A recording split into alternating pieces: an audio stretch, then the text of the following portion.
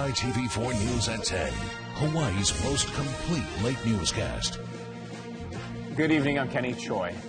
And I'm Laura Yamada. Firefighters were forced to fight a burning building without water on the North Shore today after a battery warehouse at an Oahu wind farm went up in flames. KITV4's Paul Drews has more on the extreme measures in tonight's top story. Paul? Well, Laura, for the second time in 2 years, a battery warehouse caught on fire at the First Wind farm. But unlike last year's small fire, this one shut down the huge wind turbines.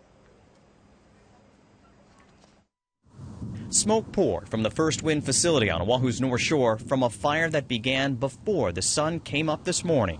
The fire was out of control when we tried to get in. On fire was the 10,000 square foot battery warehouse where electricity is stored from the huge wind turbines.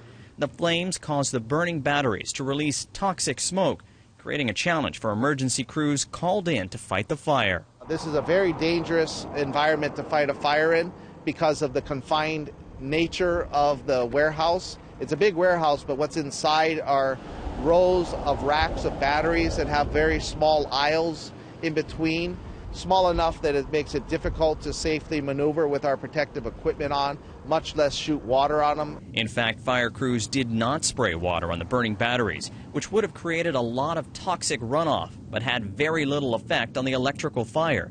Instead, they brought in 1,000 pounds of a chemical suppressant, but by the time that arrived on the North Shore and crews went into the warehouse, it was too late to stop the flames.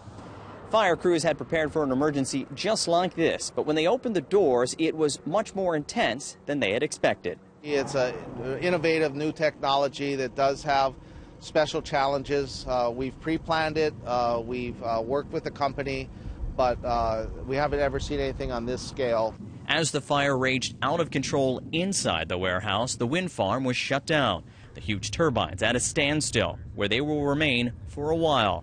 Because of the smoke and flames, the entire warehouse started to collapse, which forced emergency crews to stay outside. The flames and heat were kept from spreading to other buildings, but firefighters had no other choice but to let this blaze burn itself out inside the battery warehouse. Now, after the sun went down, fire crews turned over the site to First Wind personnel who will watch the smoldering building cool off. Then investigators will go in, including experts from the mainland, to piece together what happened.